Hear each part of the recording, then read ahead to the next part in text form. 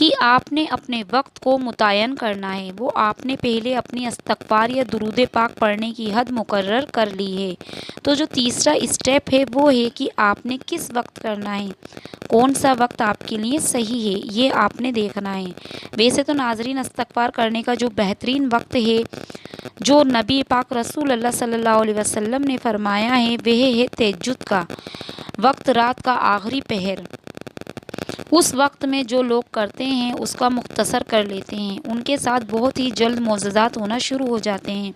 لیکن آپ کے لیے کہوں گی کہ ناظرین پھر بھی استغفار آپ کسی بھی طریقے سے کر سکتے ہیں، کسی بھی وقت کر سکتے ہیں، لیکن یہ فکس کر لیں کہ آپ نے جس دن جس وقت یہ عمل کیا ہو تو اسی وقت آپ نے پھر اگلے دن کرنا ہے۔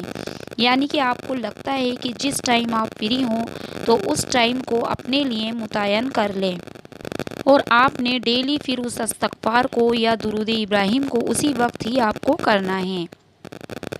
اس کی بہت زیادہ روحانیت ہے، جو اٹریکشن ہے وقت کے ساتھ یہ آپ کی ہوتی جاتی ہے۔ تو اس ٹائم کے جو فرشتے ہیں وہ بھی آپ کے ساتھ مانوس ہو جاتے ہیں، تو پھر آپ کے ساتھ نہ معجزات ہونا شروع ہو جاتے ہیں۔ تو ناظرین یہ آپ کے وقت کا بھی ہو گیا۔ اس کی ایگزامپل بھی کوئی دے دیتا ہوں، جیسے میں فجر کے وقت اگر استغفار کرتی ہوں تو میں ڈیلی فجر کے وقت ہی کروں گی، ٹھیک ہے؟ یا پھر اگر کوئی بندہ جو عصر کے ٹائم استغفار کر رہا ہے، اس کا وظیفہ کر رہا ہے، تو وہ ڈیلی عصر کے ٹائم ہی کرے، تو اس طرح بھی بہت جلدی معجزات ہونا شروع ہو جاتے ہیں ایک وقت میں کرنے سے۔ تو چوتھے نمبر پہ ناظرین جو بہت ہی امپورٹنٹ ہے استغفار کے معجزات ہونے کے لیے، وہ ہے آپ کا مکمل یقین، مکمل اہتمام۔ آپ کا جو گمان ہے نہ وہ پکا ہونا چاہیے۔ اللہ نے آپ کو اس وظیفے کے، اس استغفار کے، اس درود پاک کے صدقے اللہ پاک نے آپ کی دعائیں قبول کرنی ہے۔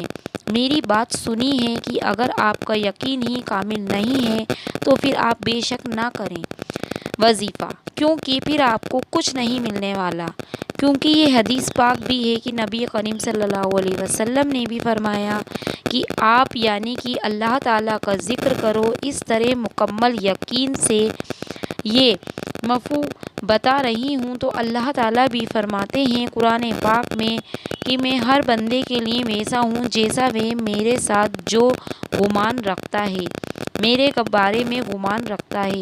تو اللہ تعالیٰ کے بارے میں اگر آپ یہ گمان رکھیں گے کہ اللہ پاک نے آپ کو اس کے صدقے عطا کرنا ہے اور پھر مل گیا ہے مجھے، تو پھر یقینی بات ہے کہ معجزات جلدی ہوں گے، آپ کی دعائیں جلدی قبول ہوں گی۔ تو پانچویں نمبر پر ہے ناظرین جو یہ اس سے بھی زیادہ امپورٹنٹ ہے، آپ کے وظیفے سے بھی زیادہ امپورٹنٹ۔ پانچویں جو استغفار کا کیا مطلب ہے کہ اللہ تعالیٰ سے ہم اپنے گناہوں کی معافی مانگتے ہیں، تو اللہ تعالیٰ کا وعدہ اس بات پر ہے جب آپ اپنے گناہوں کی معافی مانگو گے، سچی توبہ کرو گے تو پھر میں ہر چیز کو آپ کو عطا کروں گا۔ سورہ نور میں اللہ تعالیٰ نے فرمایا ہے کہ تم استغفار کرو میں تمہیں معاف کروں گا، باغات دوں گا، نہریں دوں گا، چشمے دوں گا۔ اسی طرح سورہ ہود میں بھی اللہ تعالیٰ نے فرمایا کہ آپ استغفار کرو تو آپ کو یعنی کہ ہر چیز ملے گی، مفہوم بتا رہی ہوں۔ اور اسی طرح سورہ انفال، اس میں بھی اللہ تعالیٰ نے وعدہ فرمایا ہے کہ میں اپنے بندوں سے، تو ناظرین تو اللہ تعالیٰ کا وعدہ ہے وہ سچا ہے۔ پانچواں نمبر ہے گناہوں سے توبہ کرنا۔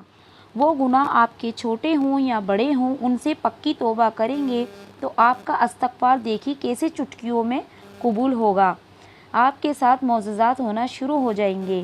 تو ناظرین گناہوں سے جب معافی مانگ رہے ہوں تو آپ دیکھیے کہ جب گناہوں سے معافی مانگتے ہیں تو اگر ہم وہ گناہ بار بار کریں گے تو کیا اللہ تعالیٰ راضی ہوں گے؟ آپ اگزامپل لے کے دیکھ لیجئے گا۔ ایک والدین کے بچے ہیں تو وہ ایک بچہ نافرمان ہے، اس نے والد کو بہت تنگ کیا ہوا ہے، تو وہ کیا کرتا ہے کہ اگر وہ ایک بات ضد وجہ سے والدین ناراض ہیں تو وہ معافی مانگتا ہے، ٹھیک ہے، تو پھر ویسا ہی وہ گناہ کرتا ہے، جو بات غلط کام کرتا ہے کچھ بھی ہو تو پھر والدین کو راضی کرنے کی کوشش کرتا ہے تو پھر وہ معاف کر دیتے ہیں۔ اس طرح بار بار روٹین میں ایک دو دفعہ معاف کریں گے اکتا کہ وہ بالکل ناراض ہو جائیں گے کہ اس کی تو عادت بن چکی ہے، تو پھر جو ہے معافی ملنا مشکل ہو جاتی ہے، لیکن اللہ تعالیٰ پھر بھی اپنے بندے کو معاف کرنے کے لیے ہر وقت تیار ہوتے ہیں، صرف ہم نے لگن سے مکمل یقین کے ساتھ معافی مانگنی ہے، توبہ پکی کرنی ہے، وہ کسی کا دل نہیں دکھانا، برے کام نہیں کرنا۔ بعض دفعہ ہم زبان کے تیر بھی چلا رہے ہوتے ہیں تو وہ ہمیں گناہ نہیں لگتے، تو وہ بھی گناہ ہوتے ہیں، ان سے بھی بچیں۔ تو ناظرین،